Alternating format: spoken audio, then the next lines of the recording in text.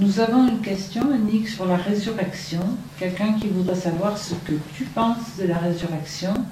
Serait-ce la résurrection des corps? Et puis, le Christ est ressuscité avec des marques de ses plaies.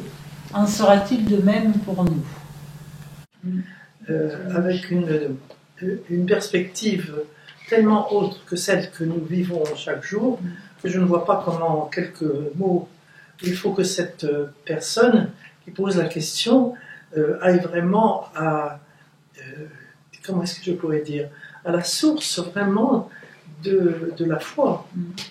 Que ce soit dans une école religieuse, si elle sent que c'est pour une école religieuse, ou chez les physiciens, si elle sent que ça relève de la physique, je ne sais pas, mais en tout cas, moi je ne peux pas répondre en quelques minutes à une question d'une ampleur immense de cette ampleur-là, qui est tellement, tellement importante.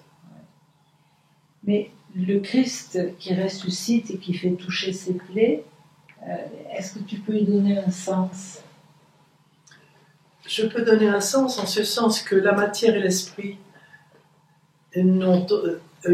sont dans une perspective autre, mais sans aucune discontinuité entre eux. Et si bien que cette matière devient esprit, cet esprit redevient matière. Voilà, nous sommes là dans un aller-retour qui ne date pas de la résurrection. C'est un aller-retour qui est déjà pendant toute la vie du Christ, quand il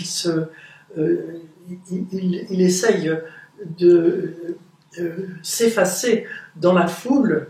Il ne s'efface pas en partant, il s'efface en disparaissant. Et puis il revient. Nous sommes là devant un problème tellement plus grand que celui auquel on a l'habitude de se mesurer, que ça demande véritablement à entrer dans une autre dimension d'information.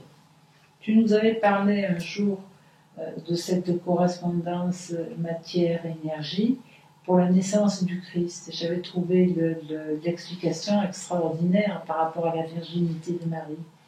Est-ce que tu peux nous le redire? Ce que je peux redire, c'est que Marie a mis au monde le Fils de l'homme, c'est-à-dire ce Fils de l'homme que nous portons tous en nous, mais que nous ignorons.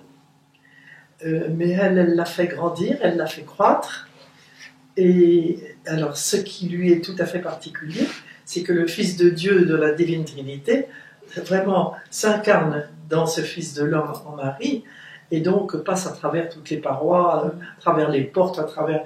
C'est un autre corps. Oui.